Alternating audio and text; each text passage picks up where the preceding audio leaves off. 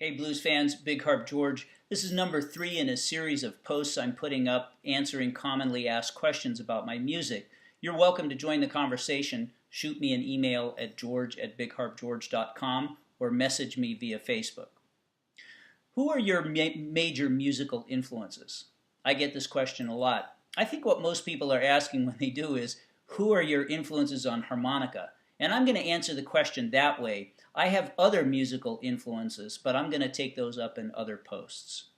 If I had to name 4 players who had the most influence on me as a harmonica player, I would name Paul DeLay, William Clark, George Harmonica Smith, and maybe, let's say, Big Walter Horton.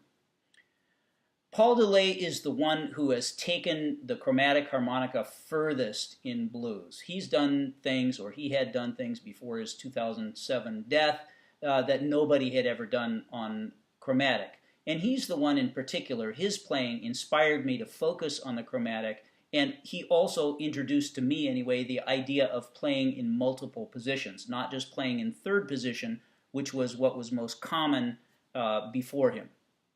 William Clark was a very jazzy player, at least on the chromatic.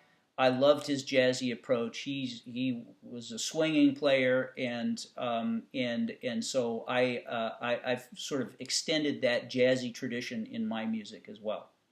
There's nobody who plays chromatic who can leave George Harmonica Smith off of the list. He was the one who first introduced the concept of playing octaves on the chromatic harmonica. Octaves meaning 2 notes that are an octave apart, let's say 2 C's.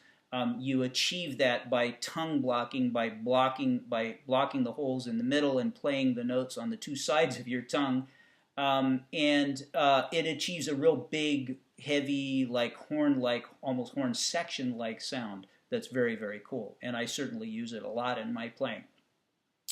Big Walter Horton may seem like an unusual choice. He's a fabulous player, as I'm sure you know. He's a very traditional diatonic player.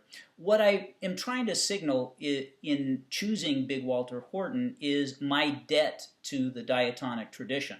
A lot of what I'm trying to do on the chromatic is basically to import and adapt techniques that were developed for the small diatonic harmonica and apply them to the chromatic. I have a song on my first CD that's called Cocktail Hour, which is a pretty jazzy song overall. But in one part of my solo, there's a direct quotation or a lick that I play that's directly from Big Walter Horton. Now, I could probably put, Sonny Boy Williamson II in there. Certainly, I've been influenced, like every other player, by Little Walter and by others. But what I'm trying to say with the latter choice anyway is I haven't left that diatonic tradition completely behind. What I've tried to do instead is to adapt it to a new instrument. See you next time. If you like this video, click the link here to sign up for my email list. You'll learn about upcoming shows and other interesting blues news. And if you want fun blues updates, come like Big Harp George on Facebook.